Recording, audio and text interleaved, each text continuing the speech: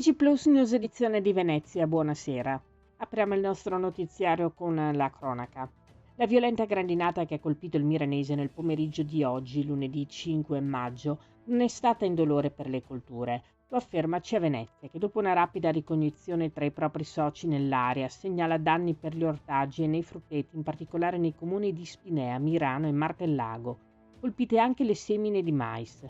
Ci preoccupa, dice CIA Venezia, che per i prossimi giorni è previsto ancora meteo avverso. Sarebbe un duro colpo per l'agricoltura, proprio nel periodo in cui parte la stagione delle semine. E viste le previsioni emesse da ARPA, va rimanendo in argomento, che indicano il permanere delle condizioni di instabilità fino alla prima parte della giornata di domani, martedì 6 maggio, con la possibilità di precipitazioni a carattere di rovescio e temporale, il centro funzionale decentrato della regione del Veneto ha emesso un avviso di criticità con allerta gialla sia per il rischio idrogeologico per temporali, sia per il rischio idrogeologico.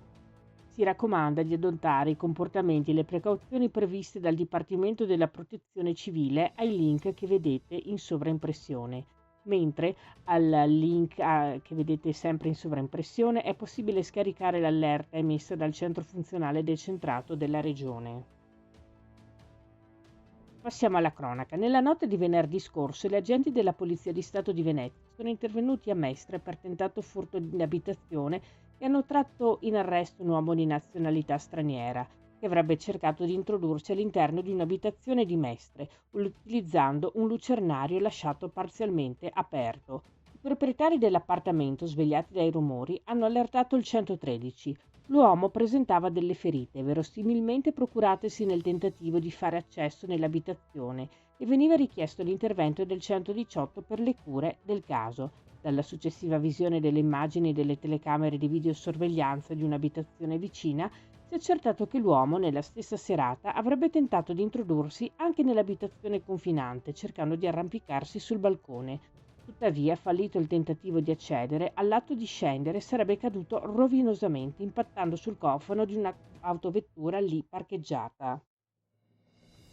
E nel mese di marzo i carabinieri della stazione di Stra hanno denunciato in stato di libertà un sessantenne e due coniugi, un 75enne ed una settantenne, entrambi pensionati, poiché ritenuti presunti responsabili a vario titolo dei reati di furto, ricettazione e contraffazione, alterazione e uso di segni distintivi di opere dell'ingegno o di prodotti industriali.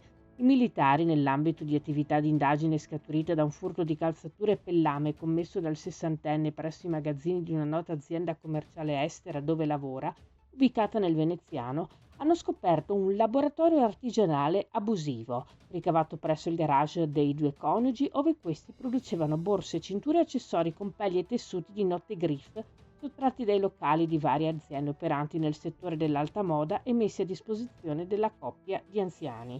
Questa era la nostra ultima notizia. Grazie per essere stati con noi. Arrivederci.